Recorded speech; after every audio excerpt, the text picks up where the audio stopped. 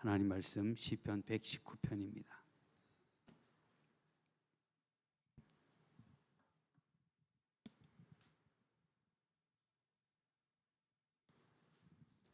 (119편) 81절, 82절, 83절 말씀까지 구약성경 893쪽 되겠습니다. 119편 81절로서 3절까지 함께 봉독하시겠습니다. 나의 영혼이 주의 근원을 사모하오니 나의 주의 말씀을 바라나이다. 나의 마음이 주께서 언제나 나를 안위하실까 하면서 내 눈이 주의 말씀을 바라기에 피곤하니이다. 내가 연기 속에 가죽부대 같이 되었으나 주의 율례를 잊지 아니하였나이다. 아멘.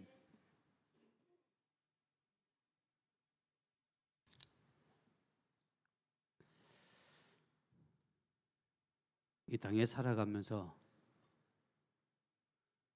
나 고난이 좋아 하는 사람은 없습니다. 그래도 고난은 우리에게 옵니다. 피하고 싶은 마음은 때로는 굴뚝 같지만 때로는 피하지 못할 때가 훨씬 더 많습니다.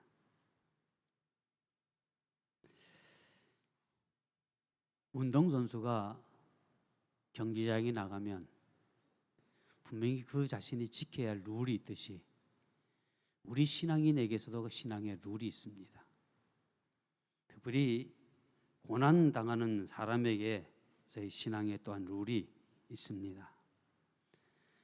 경기장에서의 그 선수가 그 룰을 잘 지킴으로 주어진 상급이 있듯이 또한 신앙인도 마찬가지로 그 룰 안에서 잘 행해 지나갈 때에 경기장에서는 꼭 1등과 2등, 3등이 구분되어 있어서 그들에게만 상이 주어지지만 고난이라고 하는 그 룰 가운데서는 1등하지 않아도 상급이 주어지고 2등하지 않아도 상급이 주어지고 3등하지 않아도 하나님은 상급이 주어지는데 왜 룰만 지키면 하나님께서는 우리에게 상급이 주어진다는 사실입니다.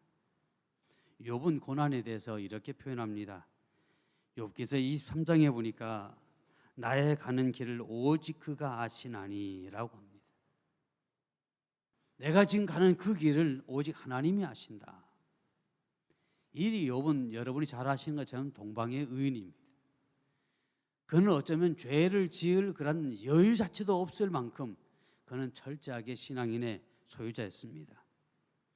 행여나 그는 연애를 베풀고 난 후에 혹시 치중에라도 죄를 지었을까 봐 그 연애가 끝난과 동시에 자녀들 이름으로 온 집안의 이름으로 하나님 앞에 제물을 드렸던 것까지 보면 정말 오직 그는 말씀대로 살려고 했던 것은 분명한 사실입니다. 그런데 그러한 그가 지금 어려움을 당했고 그 어려움 속에 고백하는 말이 나의 가는 길을 오직 그가 아시나니 그가 나를 연단하신 후에는 내가 정금같이 나오리라고 했습니다.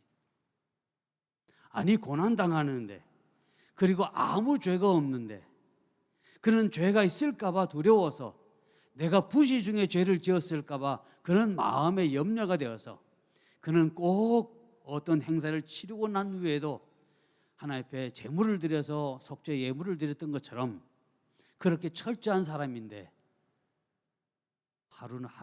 어느 날 자고 일어났더니 모든 재물이 다 날아가고 그리고 모든 자녀들이 다 하루아침에 다 죽어져 갔습니다. 그러면서 하나님을 원망하지 않다가 지금 그는 고백하기를 그가 나의 가는 길을 안다. 하나님은 지금 내가 가는 이 길을 알고 계실 것이다. 확신했습니다. 저와 여러분의 믿음의 길을 가다가 어려움 당할 때 그런 확신이 있으시길 주님을 축복합니다. 거기에 하나 더 붙인다고 한다면 그 욥은 나를 연단하신 후에 여호와께서 하나님께서 내가 아버지라고 부르는 그 하나님께서 나를 연단하신 후에는 나를 내가 정금같이 나오리라. 이거는 확신입니다. 진실로 저와 여러분이 우리 자신을 보면서 내가 힘들 때, 내가 어려움 당할 때 정말 욕과 같이 주께서 나를 연단하신 후에 내가 정금같이 나오리라 라고 하는 그 고백을 드려보셨습니까? 그런 마음을 어느 한쪽 구석이라도 한번 가져보셨습니까? 이것은 신앙의 고백입니다.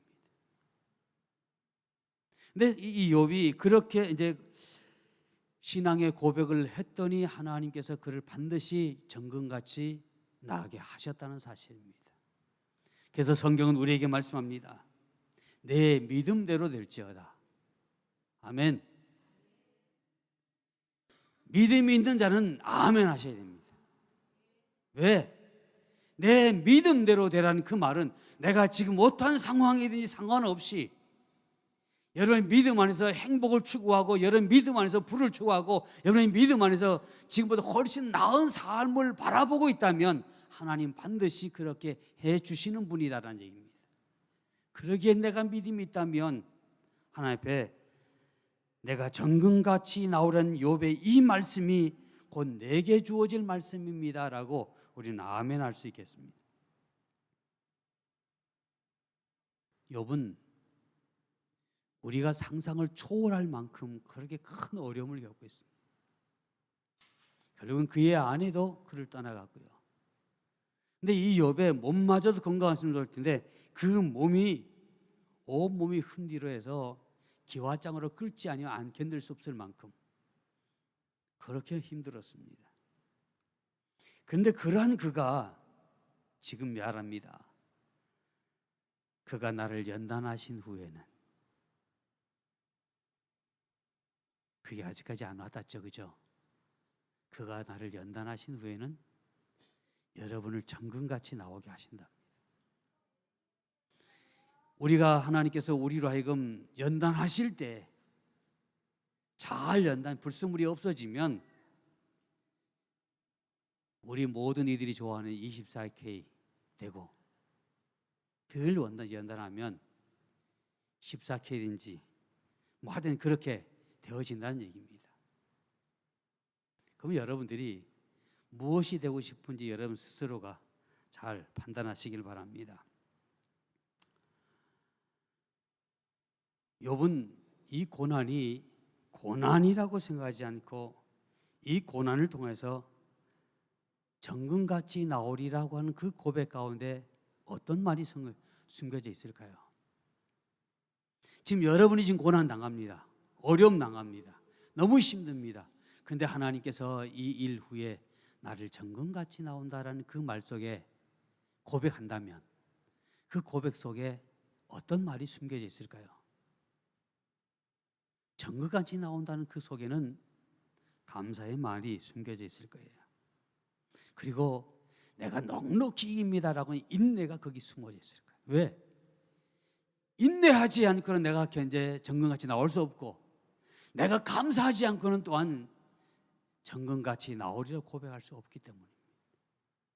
욥은 그렇게 했다. 자, 이렇다면 나도 그렇게 해보자. 저와 여러분이 그러한 삶을 사시기를 주의 이름으로 축복합니다. 그러면서 첫 번째로 드리고 싶은 말씀은 그러면 욥이 고백했던 것처럼 나도 정금같이 나오고 싶은데 어떻게 하면 정금같이 나올 수 있을까요? 근데 성경이 보니까 오늘 본문의 말씀 읽은 말씀 들어보니까 주의 말씀을 사모한다 합니다. 내 영혼이 주의 구원을 사모하기에 피곤하오니 그러면서 또 고백하기를 주의 말씀을 바라기에 피곤하오니 고난이 옵니다. 그러기에 내가 주의 말씀을 바라보기 봅니다.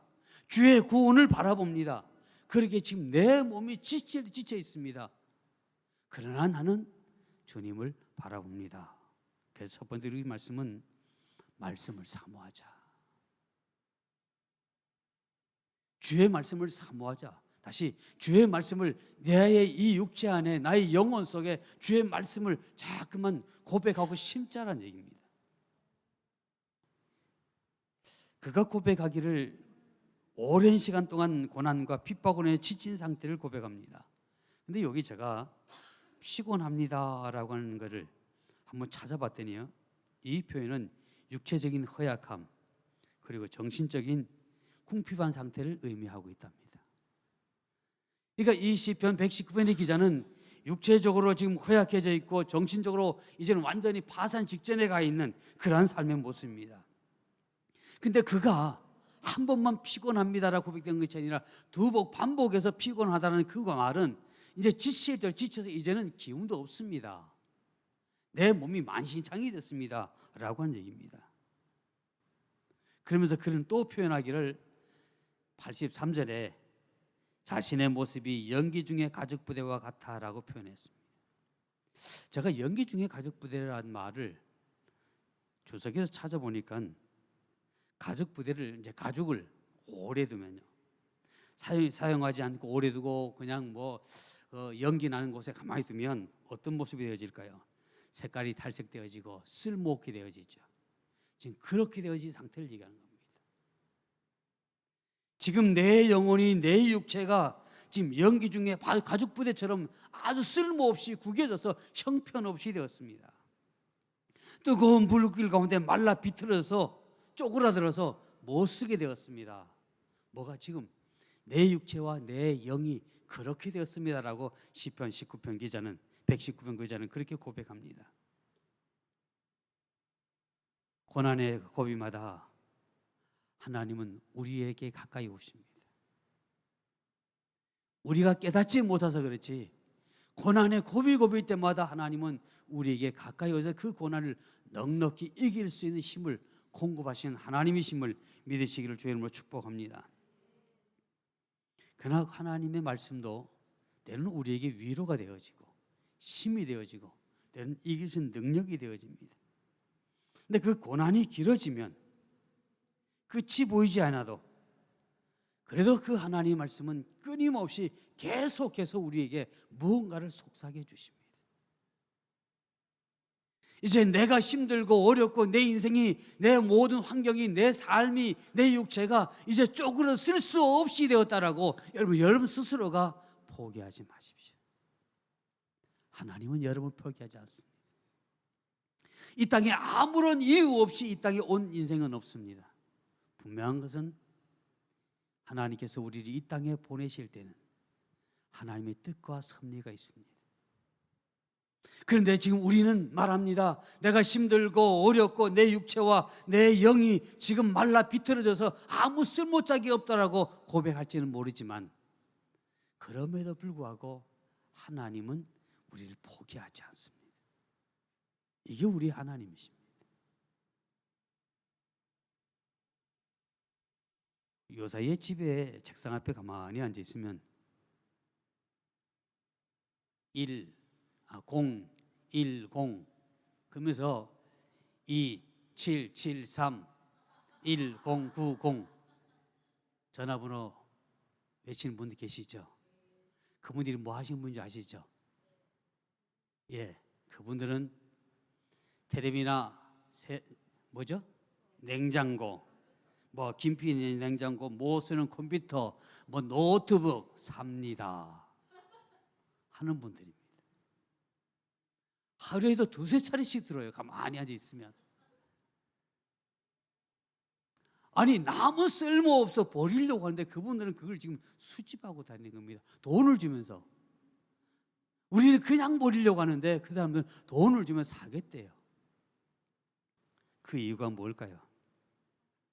그분들은 쓸 수 있도록 재생시키는 거예요. 바로 그렇습니다. 우리는 우리 자신이 나를 보고 내 영혼과 내 육체를 보면서 쓸모없다라고 버리려고 하지만 하나님은 아니야. 너 왜 버리니? 내가 고쳤을 건데. 욥의 기도를 본다면 내가 연단한 후에는 내가 지금 쭈그렁 바가지가 되고 지금 쓸 수 없을 정도 되어졌지만 하나님이 나를 그렇게 한 후에는 반드시 거기에는 하나님의 새로운 정금같이 새롭게 되어진 일들이 있다는 얘기죠. 근데 그분들이 그렇게 사가지고 한 것을 가만히 보면 그분들이 그냥 버리는 것이 아니라 그분들이 고치고 또 포장하고, 그래서 우리가 그걸 살려갈 때면 우린 살 때 몇천 원밖에 못 받지만 우리가 다시 그분들에게 살려고 그러면 훨씬 더 많이 줘야 됩니다. 그처럼 하나님이 여러분들을 그렇게 하시겠답니다. 바울과 실라가 사도행전 16장 사도행전에 보면 16장 16절에서 22절까지 나타나는 말씀 보면 바울과 실라가 억울하게 옥에 갇혔습니다. 바울과 실라가 죄 지은 게 아닙니다. 길거리 가는데 한 점치는 아이, 계집아이가 있는데 그 하는 게 너무 어리고 그런데 불쌍해 보였어요. 그래서 예수 그리스도의 이름으로 그 아이의 점치는 귀신을 내어 쫓았습니다. 그 아이로 정신이 정상으로 돌아가게 만들었어요. 그 모든 사람들이, 그죠? 모든 사람들이 박수치고 참 당신 수고했다고. 왜? 저 아이는 평생 동안 점치며 살아야 할 사람인데 정상으로 만들어진 고맙다라는 그 소리를 들어야지만 그게 정상일 겁니다. 그런데요, 사도 바울과 실라는 정상으로 만들어 주었다는 이유 때문에 그 아이의 주인이 고발했습니다. 왜 고발했을까요? 점을 그냥 친 것이 아니라 돈 받고 점을 쳐줬는데 이제 그 아이가 점을 치지 못하게 됐음으로 말미암아 내게 수입이 끊어졌다라고 고발했습니다. 관아에 고발해서 저는 어지럽히는 자이고 뭐한 자요, 벽을 쭉 보니까 다 되면서 옥에 가두었는데 그가 옥에 가서 하는 소리, 당했던 그 일을 보면 정신을 잃을 만큼 두들 물매를 맞았고 옥에 갇히는 그런 수모를 당했습니다. 근데 이 바울과 실라 이 두 사람이 그 옥 안에서 뭘 했는지 아십니까? 저들이 기도하고 찬송했습니다. 옥 안에 갇혀 있는 자가 어떻게 그 노래 나옵니까? 내가 잘못해서 들어간 것도 아니고 내가 잘했는데도 불구하고 오히려 선한 일을 했음에도 불구하고 옥에 갇혔으면 억울해야 될 텐데 저와 여러분 같아서는 억울해서 정말 그 안에서 죽었을지도 모릅니다. 화가 나서. 그런데 바울과 실라는 그 옥 안에 갇혀서 오히려 거기서 기도하고 찬송하고 기도하고 찬송하고 기도하고 하기 시작합니다. 이게 바로 믿음이라니. 하나님은 우리에게 지금 그걸려고 하는 겁니다. 내가 고난 가운데 있냐? 말씀 가운데 서라. 내가 말씀 가운데 섰느냐? 그러하다면 너는 이제 기도할 수 있다. 너는 그 안에서도 나를 찬양할 수 있다. 근데 더 놀라운 것은 저들이 그 옥 안에서 기도하고 찬송하고 기도하고 찬송했더니 모든 죄수들이 함께 그 소리를 다 듣습니다. 아니 근데 우리가 듣는 소문에 의하면 바울과 실라는 아무 죄 없이 귀신 들린 자를 내가 쫓아준 것밖에 없는데 제가 정말 죽도록 맞고 그 죽도록 맞았음에도 불구하고 아파서 끙끙 앓아야 될 텐데 앓기는커녕 오히려 이곳에까지 와서 기도하고 찬양하는 그의 모습을 보면서 뭔가 그들에게도 영향력이 끼쳐져 가는 겁니다. 옥 안에 옥 밖에서 간수들이 지키던 그 간수들이 그 소리를 또 듣습니다. 그런데 갑자기 옥토가 흔들리고 옥문이 열려지고요, 손발에 채워졌던 자쿠가 풀어지는 기적이 나타났습니다. 이게 하나님께서 우리에게 요구하신, 왜 우리가 고난 가운데 말씀 안에 서서 기도와 찬송하라고 하는 그 이유가 바로 이겁니다. 바울과 실라가 아무 의미 없이 붙들려 간 것이 아니라 정말 하나님을 위해서 한 영혼을 사랑해서 그 영혼이 정말 바른 영혼으로 돌아오게 하기 위해서 했던 그 수고로 인해서 제가 갔지만 억울한 옥살이지만 그럼에도 그 안에서 기도와 찬양했더니 그런 놀라운 일이 이루어졌더라.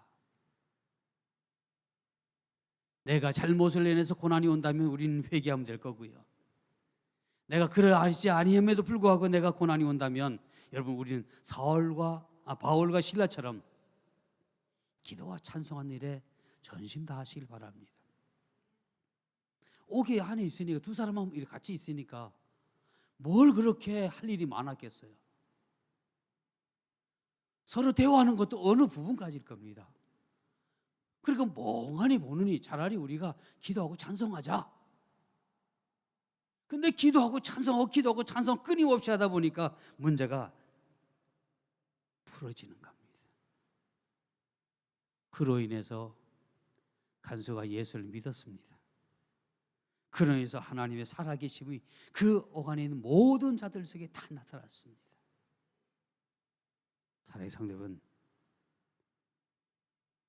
불기운으로 그을린 가죽병과 같은 우리의 삶을 정금같이 나오게 하신 분이 하나님이십니다.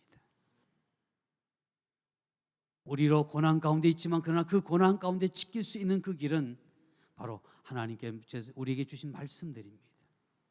그 말씀을 우리가 붙들고 나아갈 때 우리는 넉넉히 이 길이라 분명히 믿습니다. 고난은 아프고 견디기 어려운 것은 분명한 사실일 겁니다. 때로는 우리의 믿음에 따라 차이는 다르지만 그러나 때로는 힘들다고 외칠 때도 있을 겁니다. 그러나 말씀 안에서 견디십시오. 시편 119편 86절 말씀에 주의 모든 계명은 신실하니이다. 저희가 무고히 나를 핍박하오니 나를 도우소서. 하나님, 나는 아무 적 없습니다. 무고한 나를 저들이 핍박합니다. 저들로 내가 당합니다. 라는 내 하나님께서 그 기도를 들으십니다. 갚아주신 하나님, 해결해 주신 하나님, 아멘. 여러분의 삶에도 이런 하나님의 놀라우신 역사가 있으시기를 주의 이름으로 축복합니다. 두 번째로 드리고 싶은 말씀은 고난을 이기는 방법은 우리 옆에 본 사람 보면서 인사하겠습니다. 끝까지 인내하는 겁니다. 말씀 안에서 끝까지 버티면 됩니다. 군에 제일 처음에 갔을 때 훈련소에 가면 뭐 그럴 시간도 없어요. 뭐 열심히 그냥 훈련 받고 그냥 그러라고 몰라요. 근데 자대에 딱 가면 고참들이 이제 짝대기 4개, 병장이 딱 4개. 야, 너들 보니 캄캄하다. 이제 우리는 짝대기 하나 들고 왔는데 우리 보고 캄캄하다. 제대할 날이 캄캄 남았다는 얘기죠. 근데 어떤 병장은 또 와서 그럽니다. 야, 이래든 저래든 국방부 시기에 놀아가니까 하여튼 3년만 버텨라. 정말 제일 처음에는 캄캄하게 보입니다. 부대가 그렇게 어렵고 힘든 부대가 아님에도 불구하고 정말 캄캄하게 보이더라고요. 그런데요, 어느 날 되니까 가라고 합니다. 집에.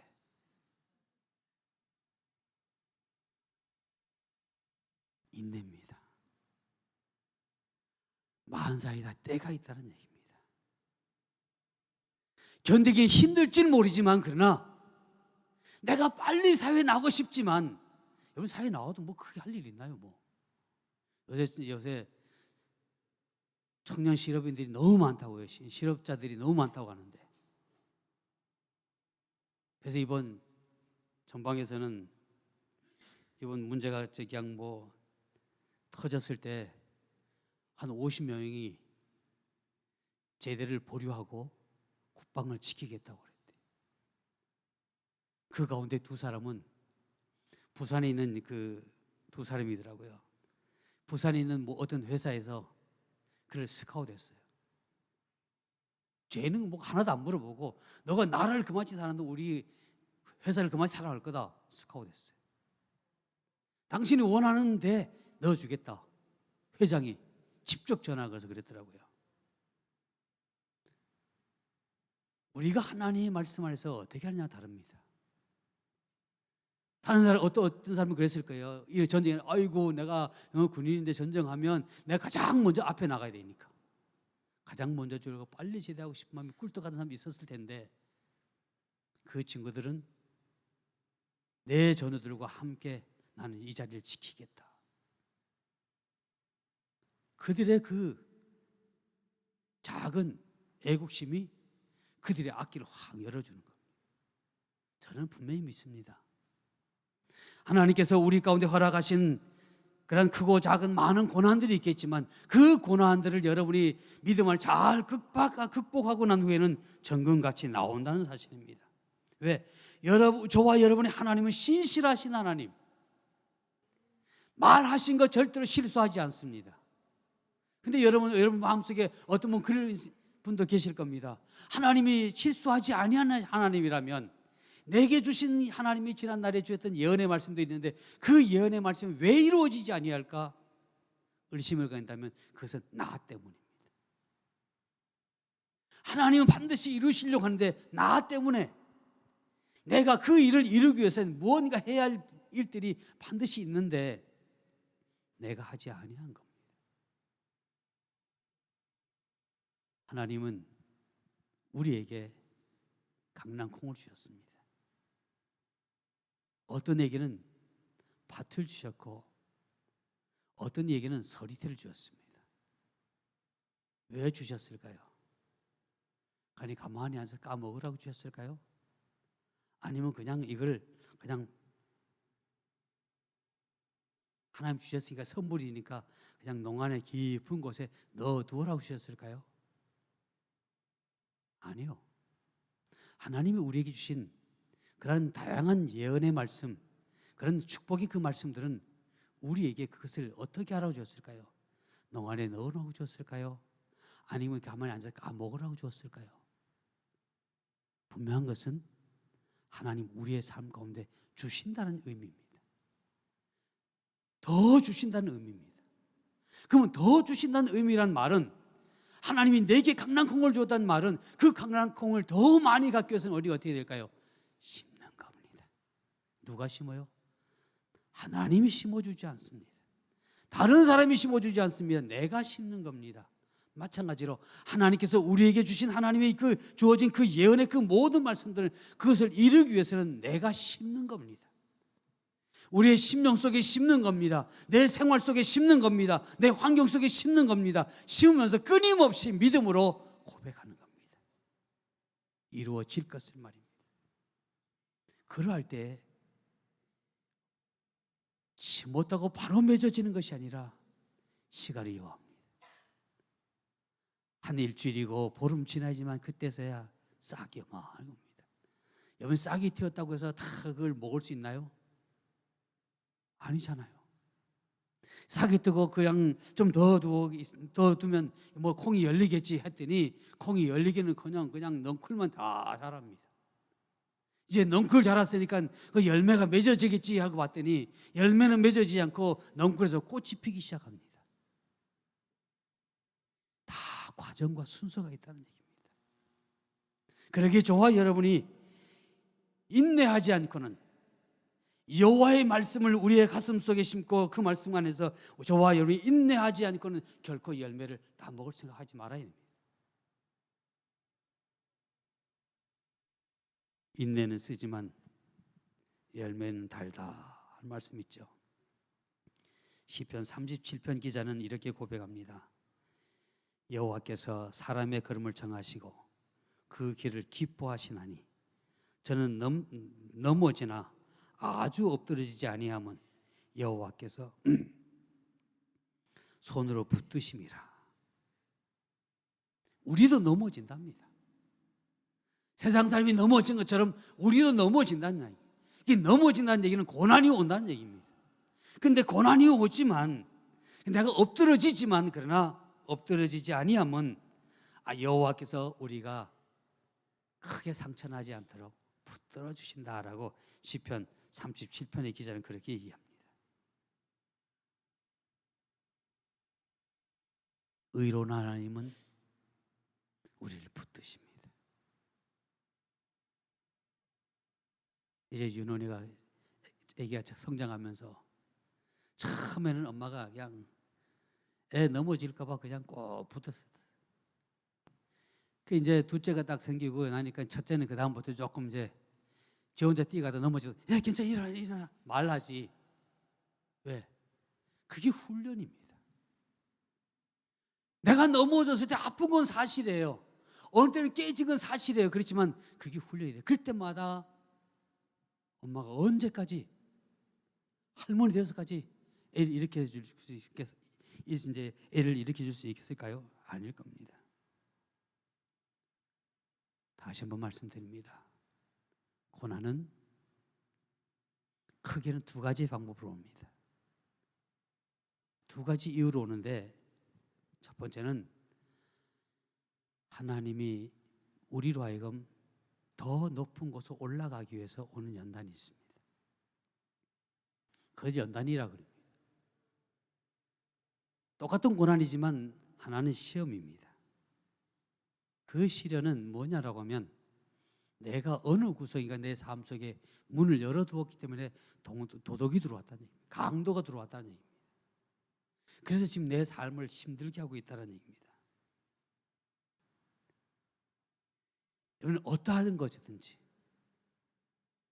내가 잘했는데도 어려움을 당하고 못했는데도 어려움을 당하든지, 어떻게 해서든지 여러분은 말씀을 부여잡고 사실 바랍니다.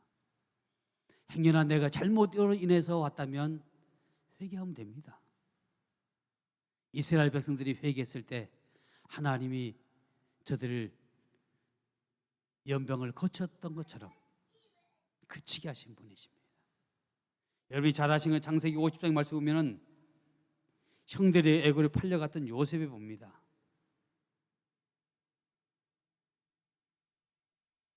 그에게 꿈을 주셨던 것은 하나님입니다. 비전을 주신 것도 하나님입니다. 욥이 한 번도 하나님 나로 하여금 형들보다 더 나은, 내가 아버지가 우리 내 밑에 굴복하는 그런 기도 드려보지도 않았습니다. 그런데 오직 전적인 하나님의 섭리입니다.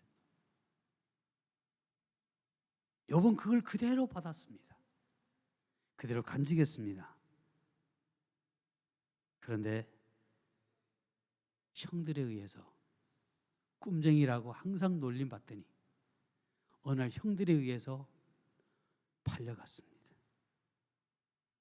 그 집에서 열심히 주인에 충성했더니 이제 그 주인의 아내만 빼놓고는 나머지는 요새 마음대로 할 수 있는 그 고난까지 주어졌습니다. 그런데 거기서도 문제가 생깁니다. 종으로 팔려가서 이제 좀 살만한데 거기서 또 문제가 생겼습니다. 유혹의 바람이 불어옵니다. 타협의 바람이 불어옵니다. 우리는 세상에 사는 동안 타협의 바람이 불어오고 유혹의 바람이 불면 우리는 넘어지지만 욥은 넘어지지 않았습니다. 그럼 상을 받아도 당연히 더 큰 상을 받아야 할 텐데, 하나님께서 그렇게 해주신 것이 맞을 텐데, 그로 인해서 감옥에 내려갑니다. 지하 감옥입니다. 도저히 빠져나올 수 없을 그런 지하 감옥입니다. 근데 왜 하나님은 욥에게 욥이 달라고 하지 않는 꿈을 주셨다가 그렇게 종으로 팔려가게 하고 지하 감옥에 가게 하셨을까? 여러분 다시 한번 가만히 생각해 보세요. 만일 요셉이 형들의 손에 의해서 팔려가지 않았더라면, 만일 욥이 주인의 그 종 밑에서 종의 가장 높은 종으로서의 거기서 이제 유혹을 안 받고 그냥 거기서 잘 있었더라면 과연 그가 총리가 될 수 있었을까? 왕의 얼굴을 볼 수 없었을 겁니다. 왕의 얼굴을 보게 하기 위해서 하나님이 할 수 없이 그냥 두는 겁니다.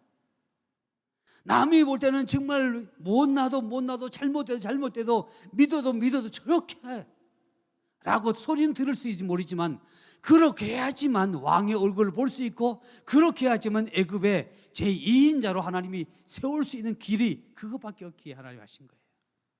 자, 그렇다면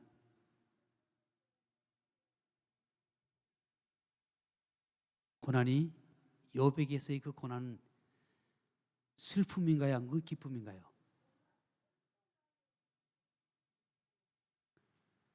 여러분의 그 고난은 슬픔과의 고난인지 슬픔인지 안 그러면 기쁨인지 우리가 믿음으로 본다면 확실히 차이가 납니다.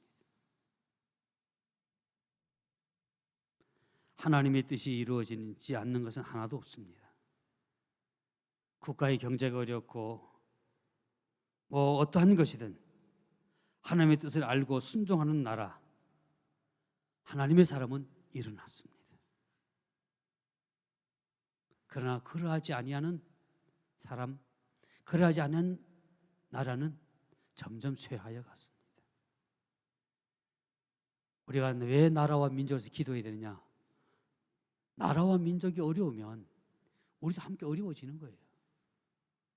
왜 우리 자녀들이 부모를 위해서 기도해야 되냐? 부모가 어려우면 나도 당연히 어려워져요. 돈줄이 막히니까. 우리 자녀들의 돈줄은 엄마 아빠잖아요. 엄마 아빠가 어려우면 돈줄이 막히니까 그래서 우리 자녀들은 엄마 아빠를 위해서 열심히 기도해야 돼요. 그거예요. 나라가 어려우면, 나라 경제가 어려우면, 우리의 회사가 어렵고 그러다 보면 다 어려우니까 나라 민족이 기도해야 되는 겁니다. 하나님의 오른손이 여러분을 붙드심을 기억하시길 바랍니다. 죽을 만큼 고난스럽지만 아프지만 그러나 하나님은 죽게는 하지 않으신다. 그러나 주님께서는 우리에게 과격하게 말씀하셨습니다. 누구든지 나를 따르는 십자가를 자라고 합니다. 다시 말씀드리면 너 자신을 포기해라. 왜? 죽은 자만이 자기 자신이 포기되어지는 겁니다. 그러면 고난도 자연스럽게 인내로 넘어갈 것이고 그걸 넘고 나면 정금같이 분명히 나오리라고 믿습니다. 이 세상에 고난이 없는 사람은 아무도 없습니다. 고난은 우리의 죄를 깨닫기도 하고요. 악인으로 인한 그 고난은 어둠의 영들이 우리를 공격하기 때문에 나타나지만 그로 인해서 나 자신을 바라보게 되고 회개하게 되고 주의 말씀에 바로 서게 하기 때문에 그것도 유익입니다. 하나님은 나를 붙드신다. 하나님은 너를 붙드십니다. 위경 속에서도 붙드십니다. 그것을 체험하는 저와 여러분 되어지기를 주의 이름으로 축복합니다. 결론의 말씀을 드리려고 합니다. 고난을 이기는 방법은 말씀을 사모하고 그 말씀 안에서 인내하면 됩니다.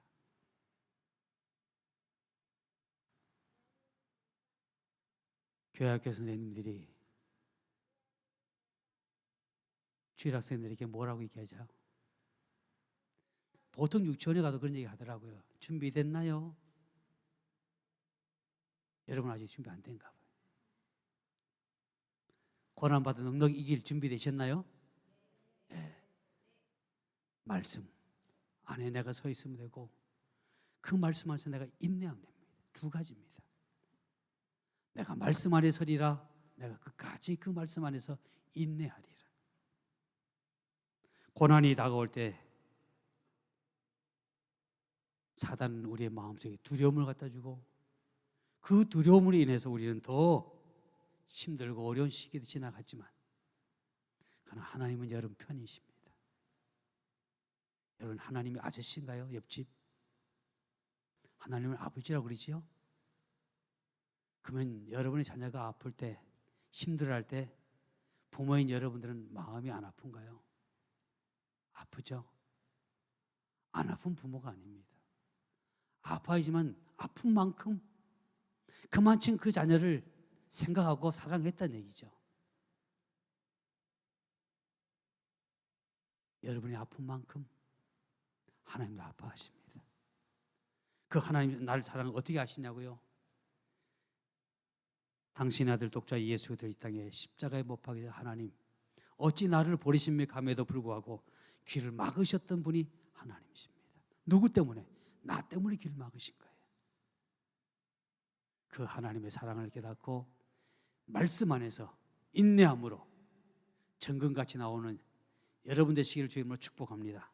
기도하겠습니다. 할렐루야. 거룩하신 아버지 감사합니다.